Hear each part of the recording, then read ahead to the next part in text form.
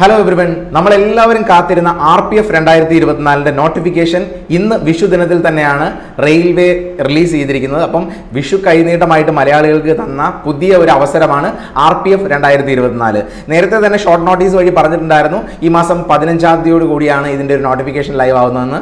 Correct 14-ാം തീയതി തന്നെ ഇതിൻ്റെ ഒരു ഒഫീഷ്യൽ നോട്ടിഫിക്കേഷൻ റെയിൽവേയുടെ ഭാഗത്തു നിന്നുണ്ടായി. അപ്പോൾ വളരെ സന്തോഷമുള്ള ദിവസമാണ്, പ്രത്യേകിച്ച് ഇന്ന് വിഷു ദിവസമാണ്. ഇന്ന് തന്നെ ഇങ്ങനെ ഒരു നോട്ടിഫിക്കേഷൻ വന്നതിൽ. അപ്പോൾ ഇതിൻ്റെ കംപ്ലീറ്റ് ആയിട്ടുള്ള ഡീറ്റെയിൽസ് നമുക്ക് ഈ വീഡിയോയിൽ നോക്കാം. RPF 2024 രണ്ട് നോട്ടിഫിക്കേഷൻ ആയിട്ടാണ് റിലീസ് ചെയ്തിട്ടുള്ളത്. പ്രത്യേകിച്ചും ഒന്ന് സബ് ഇൻസ്പെക്ടർ പോസ്റ്റും മറ്റൊന്ന് കോൺസ്റ്റബിൾ പോസ്റ്റും. അപ്പോൾ ഒരുപാട് പേർക്ക് വലിയൊരു അവസരമാണ്. പ്രത്യേകിച്ചും യൂണിഫോം പോസ്റ്റിൽ നിങ്ങൾക്ക് ജോലി നേടണമെന്ന് ആഗ്രഹിക്കുന്ന ആൾക്കാരാണെങ്കിൽ നിങ്ങൾക്കുള്ള ഏറ്റവും വലിയൊരു ഓപ്പർച്യൂണിറ്റി എന്ന് വേണം ഇപ്പോൾ കരുതാൻ. അപ്പോൾ ഇതിൻ്റെ ഒരു ഡീറ്റെയിൽസ് നമ്മൾ ഇന്നത്തെ വീഡിയോയിൽ നോക്കാൻ പോവുകയാണ്. എന്തൊക്കെയാണ്, ഏതൊക്കെ പോസ്റ്റുകളാണ് വരുന്നത്, എന്തൊക്കെയാണ് അതിൻ്റെ ക്വാളിഫിക്കേഷൻ, എങ്ങനെയാണ് പ്രിപ്പയർ ചെയ്യേണ്ടത്, എവിടെയൊക്കെയാണ് എക്സാം സെൻറ്റേഴ്സ്, എന്താണ് ഏജ് ലിമിറ്റ് തുടങ്ങിയ കംപ്ലീറ്റ് ഡീറ്റെയിൽസ് നമ്മൾ ഈ വീഡിയോയിൽ നോക്കുന്നതായിരിക്കും. അപ്പോൾ നിങ്ങൾക്ക് കാണാം, ഇതിൻ്റെ ഒരു നോട്ടിഫിക്കേഷൻ്റെ ഫ്രണ്ട് പേജ് ആണ് നിങ്ങൾക്ക് ഇവിടെ കാണാൻ പറ്റുന്നത്. RPF 01/2024 എന്ന് പറയുന്ന ഒരു നോട്ടിഫിക്കേഷനും RPF 02/2024 എന്ന് പറയുന്ന രണ്ടാമത്തെ ഒരു നോട്ടിഫിക്കേഷൻ. ഇങ്ങനെ രണ്ട് നോട്ടിഫിക്കേഷൻസ് ആണ് ഇന്ന് തന്നെ റിലീസ് ചെയ്തിരിക്കുന്നത്. ഇതിന്റെ ഒഫീഷ്യൽ PDFs നമ്മുടെ ടെലിഗ്രാം ഗ്രൂപ്പിലും വാട്സ്ആപ്പ് ഗ്രൂപ്പിലും ഒക്കെ അവൈലബിൾ ആണ്.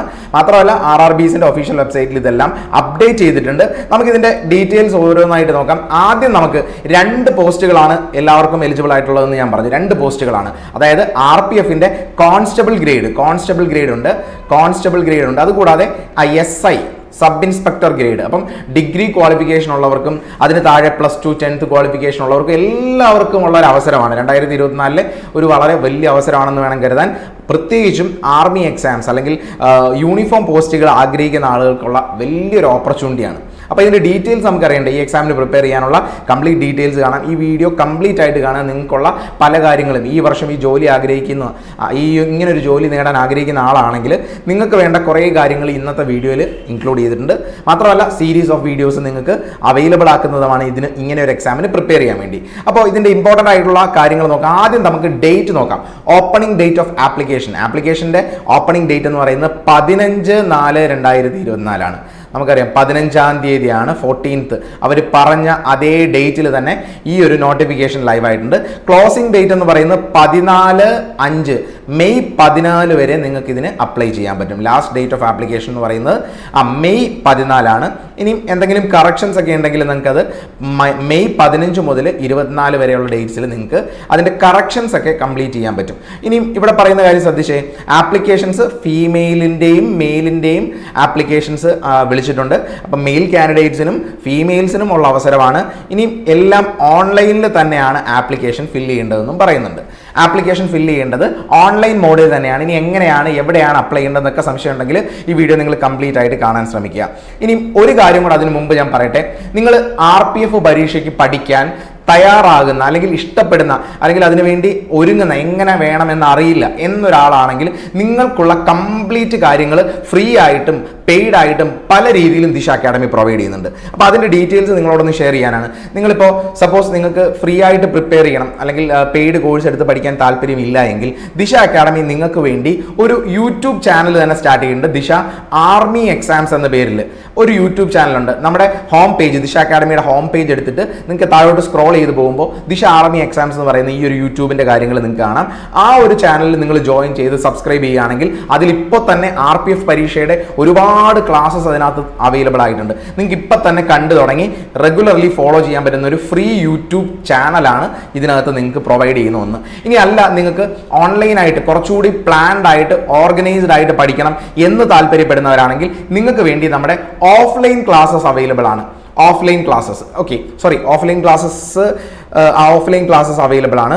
അതായത് കൃത്യം പ്ലാനിൽ നിങ്ങൾക്ക് പ്രിപ്പയർ ചെയ്യണമെന്ന് താല്പര്യമുണ്ടെങ്കിൽ, അതായത് ഈ വർഷത്തെ RPFൻ്റെയും അതുപോലെ തന്നെ GD പരീക്ഷയുടെയും ഈ രണ്ട് പരീക്ഷകളും കോൺസെൻട്രേറ്റ് ചെയ്യുന്നവർക്ക്, ഈ വർഷം തന്നെ ജോലി നേടണമെന്ന് ഉറപ്പിച്ചിരിക്കുന്നവർക്കാണ് ഇത് നിങ്ങളുടെ അവസാനത്തെ അവസരമാണ്, ഇനി ഒരു ചാൻസ് എടുക്കാനില്ല എന്നാണെങ്കിൽ നിങ്ങൾ ദിശ അക്കാഡമിയുടെ ഓഫ്ലൈൻ സെൻറ്റേഴ്സിൽ ജോയിൻ ചെയ്തോളുക. പുതിയ ബാച്ച് ഏപ്രിൽ 17 ഈ വരുന്ന ബുധനാഴ്ച സ്റ്റാർട്ട് ചെയ്യുന്നുണ്ട്. അത് ക്ലിയർലി നിങ്ങളെ ഫോക്കസ് ചെയ്ത് നിങ്ങളെ ഒരു ഗൈഡൻസിൽ തന്നെ കൊണ്ടുപോയി നമ്മുടെ മെന്റേഴ്സും ഫാക്കൽറ്റീസും എല്ലാം പ്രസന്റ് ആയി അങ്ങനെ ഒരു എൻവയോൺമെന്റിൽ തന്നെ പഠിക്കാൻ നിങ്ങൾക്ക് ഹെൽപ്പ് ചെയ്യുന്ന ഒരു കാര്യമായിരിക്കും ഓഫ്ലൈൻ കോഴ്സസ് എന്ന് പറയുന്നത്. അത് നമുക്ക് 4 സെന്റേഴ്സ് ആവുള്ളത്. ട്രിവാൻഡ്രം, കൊട്ടാരക്കര, കാലിക്കറ്റ്, കൊല്ലം 4 സെന്റേഴ്സിലും പുതിയ ബാച്ച് ഏപ്രിൽ 17 സ്റ്റാർട്ട് ചെയ്യുന്നുണ്ട്. താല്പര്യമുള്ളവർ അതിൽ അഡ്മിഷൻ എടുത്തോളൂ. ഇനി അങ്ങനല്ല, ഓഫ്ലൈൻ സെന്ററിൽ വന്ന് പഠിക്കാൻ അതിനു വേണ്ടിയുള്ള ടൈം ഇല്ല, നിങ്ങൾ വേറെ പല ആക്ടിവിറ്റീസിൽ ഇൻവോൾവ് ആണ് എന്നുള്ളവർക്കും പഠിക്കാനുള്ള സമയമുണ്ട്. നിങ്ങൾ വർക്ക് ചെയ്യുന്നവരാണെങ്കിലും നിങ്ങൾക്ക് ഓൺലൈൻ ബാച്ച് അവൈലബിൾ ആണ്. കറന്റ് നമ്മുടെ RPFന്റെ ഓൺലൈൻ ബാച്ച് കറന്റ് സ്റ്റാർട്ട് ചെയ്തിട്ടുണ്ട്, ജസ്റ്റ് സ്റ്റാർട്ടഡ് ആണ്. അതിലേക്കുള്ള അഡ്മിഷൻസ് ഓപ്പൺ ആണ്. അതിൽ എന്തെങ്കിലും സംശയങ്ങൾ, ബാച്ചിന്റെ ഡീറ്റെയിൽസ് അറിയാൻ താല്പര്യമുള്ളവർക്ക് ഈ കാണുന്ന നമ്പറിൽ കോൺടാക്ട് ചെയ്ത് കംപ്ലീറ്റ് ഡീറ്റെയിൽസ് എടുക്കാമാണ്. ഇങ്ങനെ 3 അവസരങ്ങളാണ്, 3 കാര്യങ്ങളാണ് ദിശ അക്കാഡമി RPF എക്സാമിന് പ്രിപ്പയർ ചെയ്യുന്നവർക്ക് വേണ്ടി ഒരുക്കുന്നത്. ഇതിൽ ഏതായാലും ഫ്രീ ആയിട്ട് പഠിക്കാനുള്ളവർക്ക് അങ്ങനെ, പെയ്ഡ് കോഴ്സ് എടുത്ത് പഠിക്കാനുള്ളവർക്ക് അങ്ങനെ, അതും അല്ലെങ്കിൽ ഓഫ്ലൈൻ ബാച്ചിൽ പഠിക്കാനുള്ളവർക്ക് അങ്ങനെ, ഇങ്ങനെ 3 അവസരങ്ങളുണ്ട്. എത്രയും പെട്ടെന്ന് നിങ്ങൾ താല്പര്യമുള്ള ഓപ്ഷനിൽ എൻറോൾ ചെയ്ത് പഠിച്ചു തുടങ്ങുക. ഇനി ഇതിന്റെ ഡീറ്റെയിൽസ്, നമ്മൾ കോൺസ്റ്റബിൾ ഗ്രേഡിന്റെ ഡീറ്റെയിൽസ് ആണ് ആദ്യം നോക്കുന്നത്. അതിനുശേഷം നമുക്ക് SI എക്സാംസിന്റെ കാര്യങ്ങൾ നോക്കാം. അപ്പൊ കോൺസ്റ്റബിൾ ഗ്രേഡ് RPFൽ കോൺസ്റ്റബിൾ ഗ്രേഡ് വരുന്നത് ലെവൽ 3യിലാണ് വരുന്നത്. ഇനിഷ്യൽ പേ എന്ന് പറയുന്നത് 21,700 ബേസിക് പേ ആണ്. ഇതിന്റെ കൂടെ അലവൻസസ് ആഡപ്പ് ചെയ്തായിരിക്കും വരുന്നത്.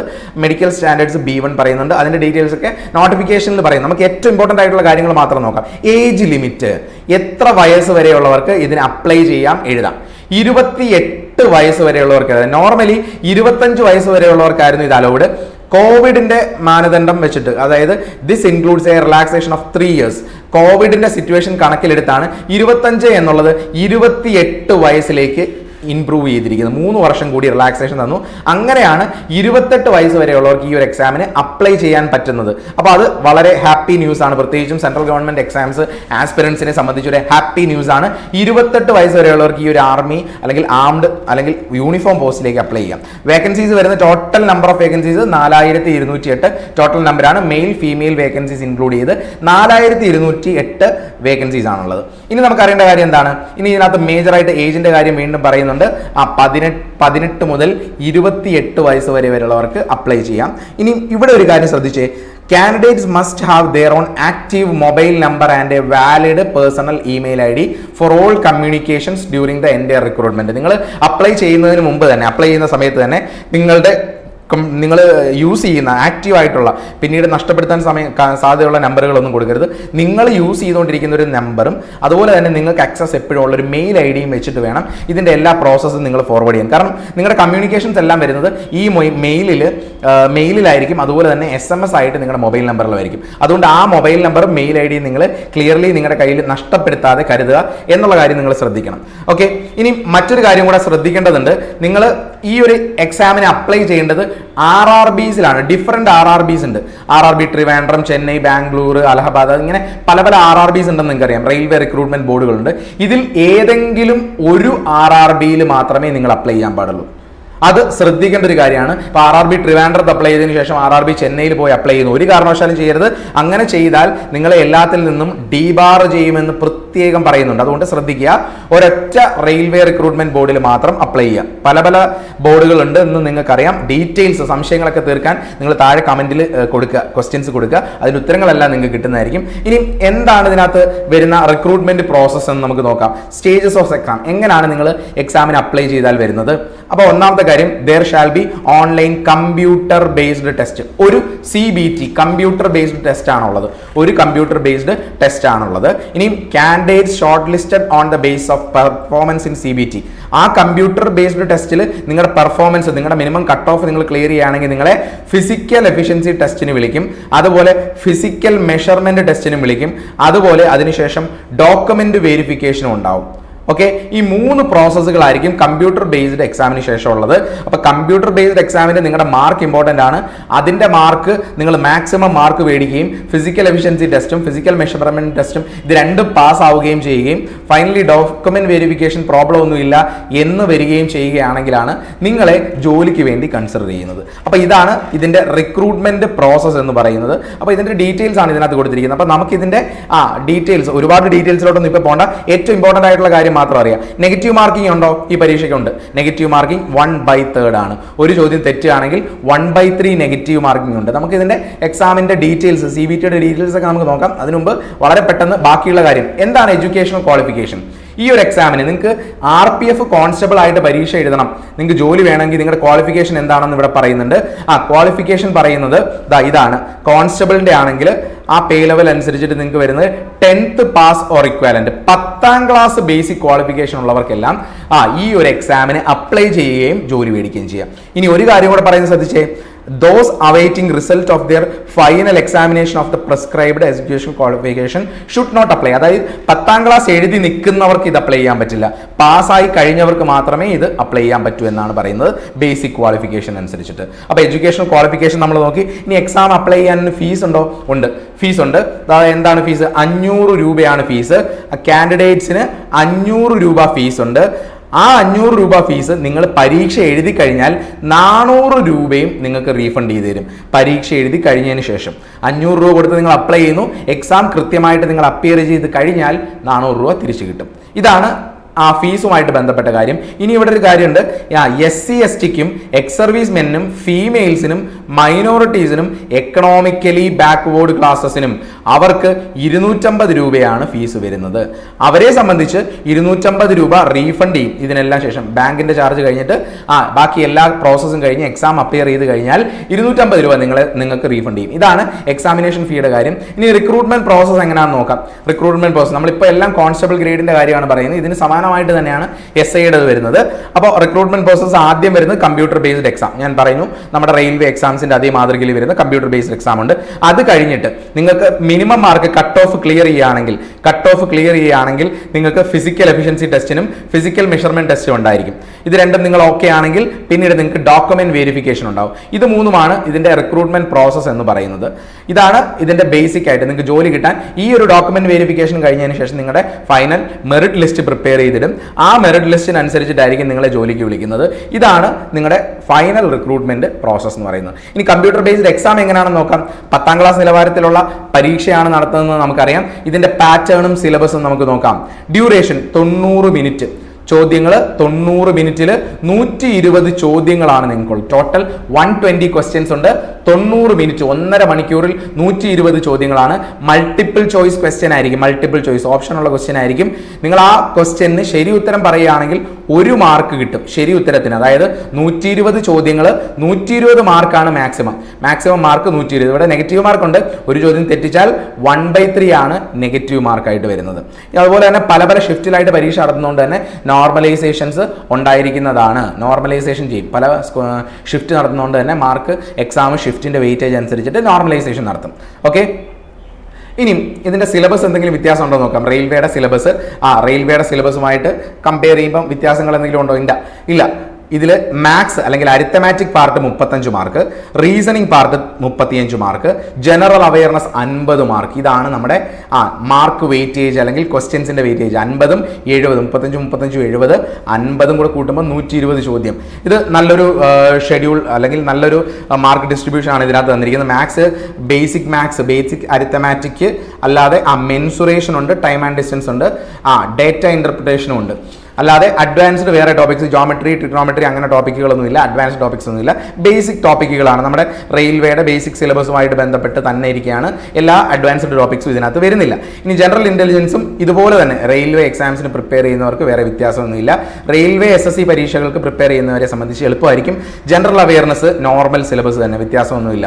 എല്ലാം basic geography, economics, history, Indian polity, നമ്മുടെ സ്റ്റാഫ് സെലക്ഷൻ കമ്മീഷന്റെയും റെയിൽവേയുടെയും സമാനമായ സിലബസ് തന്നെ. അതുകൊണ്ട് സിലബസിലൊന്നും പ്രത്യേകിച്ച് മാറ്റങ്ങൾ വരുന്നില്ല. ഇനി ഫിസിക്കൽ എഫിഷ്യൻസി ടെസ്റ്റിന്റെ ഡീറ്റെയിൽസ് എല്ലാം ഇവിടെ പറയുന്നുണ്ട്. ഇതെല്ലാം ഡീറ്റെയിൽഡ് ആയിട്ട് നമ്മൾ മറ്റൊരു വീഡിയോയിൽ ഡിസ്കസ് ചെയ്യുന്നതായിരിക്കും. എന്താണ് ഫിസിക്കൽ എഫിഷ്യൻസി ടെസ്റ്റ് തുടങ്ങിയ കാര്യങ്ങളൊക്കെ മറ്റൊരു വീഡിയോയിൽ നമ്മൾ ഡിസ്കസ് ചെയ്യുന്നതായിരിക്കും. ഇനി ശ്രദ്ധിക്കേണ്ട ഒരു കാര്യം, മലയാളത്തിൽ പരീക്ഷ എഴുതാമോ? എല്ലാവരുടെയും സംശയമാണ്. RPFന്റെ പരീക്ഷ മലയാളത്തിൽ എഴുതാമോ? Medium of examination question for the CBT will be English Hindi default languages കൂടാതെ 13 റീജിയണൽ ലാംഗ്വേജസ് ഉണ്ട്. അതിനകത്ത് മലയാളമുണ്ട്. അപ്പോൾ മലയാളത്തിലും നിങ്ങൾക്ക് പരീക്ഷ എഴുതാൻ കഴിയുന്നതാണ്. അത് ഇമ്പോർട്ടൻ്റ് ആയിട്ടുള്ളൊരു കാര്യമാണ്. ഒരുപാട് പേരുടെ ചോദ്യമാണ്. ഇനി അടുത്തത് നമുക്ക് നോക്കാനുള്ളത് RPF 01 2024 എന്ന് പറയുന്ന RPF SI പോസ്റ്റുകളുടെ കാര്യങ്ങളാണ്. എന്തെങ്കിലും വ്യത്യാസമുണ്ടോ? ഇപ്പൊ പറഞ്ഞതുമായിട്ട് ബന്ധപ്പെട്ട് കാര്യമായ ചേഞ്ച് ഒന്നുമില്ല. വേക്കൻസീസിൽ വ്യത്യാസം ഉണ്ടാവും, ക്വാളിഫിക്കേഷനിൽ വ്യത്യാസം ഉണ്ടാവും, എക്സാമിൽ വ്യത്യാസമുണ്ടോ എന്ന് നമുക്ക് നോക്കാം. ഇനി ഇതിനകത്ത് വരുന്ന പോസ്റ്റുകളുടെ ആപ്ലിക്കേഷൻ 15-ാം തീയതിയാണ് ഓപ്പണിംഗ് ചെയ്തത്. അടുത്ത മാസം 14-ാം തീയതി വരെ അപ്ലൈ ചെയ്യാം, വ്യത്യാസമൊന്നുമില്ല. RPF കോൺസ്റ്റബിളിന്റെ അതേ കാര്യം തന്നെ. ഇനി ഇതിന്റെ ക്വാളിഫിക്കേഷൻ, വേക്കൻസീസ് ആദ്യം നോക്കാം. വേക്കൻസീസ് 452 ആണ് ഇതിന്റെ ടോട്ടൽ നമ്പർ ഓഫ് വേക്കൻസീസ് ഉള്ളത്. അതേസമയം ഏജ് ലിമിറ്റും വ്യത്യാസമൊന്നുമില്ല. 20 to 28, 28 വരെ, 28 വരെ തന്നെ 28 വയസ്സ് വരെയുള്ളവർക്ക് ഇതിന് അപ്ലൈ ചെയ്യാം. ഇതും കൊറോണയുടെ സാഹചര്യം കൺസിഡർ ചെയ്തിട്ട് ഏജ് റിലാക്സേഷൻ തന്നിരിക്കുന്ന 28 വയസ്സ് വരെ തന്നെയാണുള്ളത്. ഇനി ഏജ് ലിമിറ്റിന്റെ കാര്യം പറയുന്നു. ഇവിടെ 20 to 28 തന്നെയാണ്. 20 to 28, 25 വയസ്സ് വരെയാണ് നോർമൽ കോഴ്സിൽ. ഇത് കൊറോണയുടെ സാഹചര്യം കൺസിഡർ ചെയ്തിട്ടുണ്ടാണ് 28 വയസ്സ് വരെ ആപ്ലിക്കേഷൻ ആയിരിക്കുന്നത് SIയുടെ പോസ്റ്റിന് വരുന്നത്. ഇനി നമുക്ക് അതിനകത്ത് ക്വാളിഫിക്കേഷൻ എന്താണെന്ന് നോക്കാം. എന്താ ക്വാളിഫിക്കേഷൻ? SI പോസ്റ്റിന് അപ്ലൈ ചെയ്യണമെങ്കിൽ ഗ്രാജുവേറ്റ്സ്, ഡിഗ്രി ആണ് മിനിമം ക്വാളിഫിക്കേഷൻ വരുന്നത്. മിനിമം ക്വാളിഫിക്കേഷൻ ഡിഗ്രി ആണ് വരുന്നത്. റിക്രൂട്ട്മെന്റ് പ്രോസസ്സിന് എന്തെങ്കിലും വ്യത്യാസം ഉണ്ടോ? ഇല്ല. ആദ്യം ഒരു കമ്പ്യൂട്ടർ ബേസ്ഡ് ടെസ്റ്റ് ഉണ്ട്, അതിനുശേഷം ഫിസിക്കൽ എഫിഷ്യൻസി ടെസ്റ്റ് ഉണ്ട്, അതിനുശേഷം ഡോക്യുമെന്റ് വെരിഫിക്കേഷൻ ഉണ്ട്. കോൺസ്റ്റബിളിന്റെ അതേ സീരീസിൽ തന്നെ, അതേ രീതിയിൽ തന്നെ. ഇതിന്റെ പാറ്റേൺ, എക്സാം പാറ്റേണിന് വ്യത്യാസം ഉണ്ടോ? ഇല്ല, അതിനും വ്യത്യാസമില്ല. 90 മിനിറ്റ്, 120 ചോദ്യങ്ങൾ.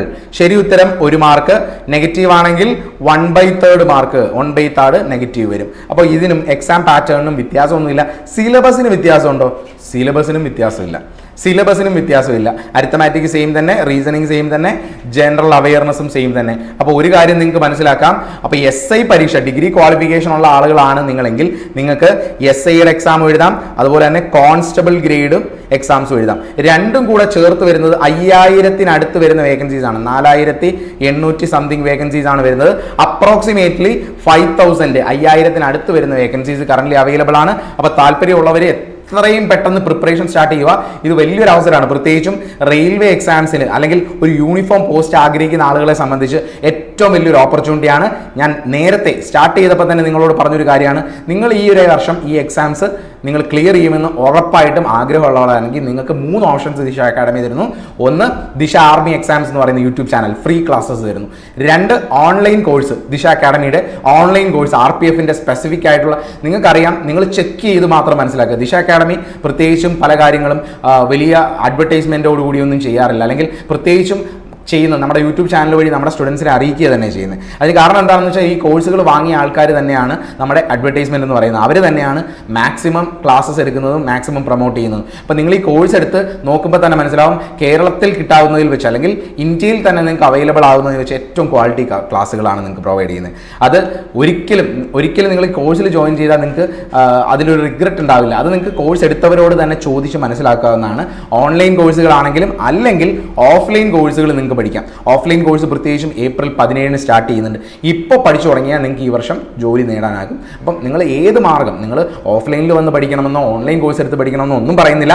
പ്രത്യേകിച്ചും ഫ്രീ ആയിട്ടുള്ള ക്ലാസ്സസ് തന്നെ പഠിക്കാനാണ് ആഗ്രഹമെങ്കിൽ അങ്ങനെയാണെങ്കിലും നിങ്ങളുടെ പ്രിപ്പറേഷൻസ് എത്രയും പെട്ടെന്ന് സ്റ്റാർട്ട് ചെയ്തോളാം. അപ്പോൾ ഈ ഒരു ഇൻഫോർമേഷൻ എല്ലാവർക്കും യൂസ്ഫുൾ ആയെന്ന് കരുതുന്നു. മറ്റ് ഇൻഫോർമേഷൻ നിങ്ങൾ അറിഞ്ഞിരിക്കേണ്ട, അപ്ലൈ ചെയ്യുമ്പോൾ അറിഞ്ഞിരിക്കേണ്ട മറ്റ് ഇൻഫോർമേഷൻ വെച്ച് മറ്റൊരു വീഡിയോ ഉടനെ തന്നെ നമ്മുടെ യൂട്യൂബ് ചാനലിൽ വരുന്നതാണ്. അപ്പോൾ എല്ലാവർക്കും ഓൾ ദി ബെസ്റ്റ്.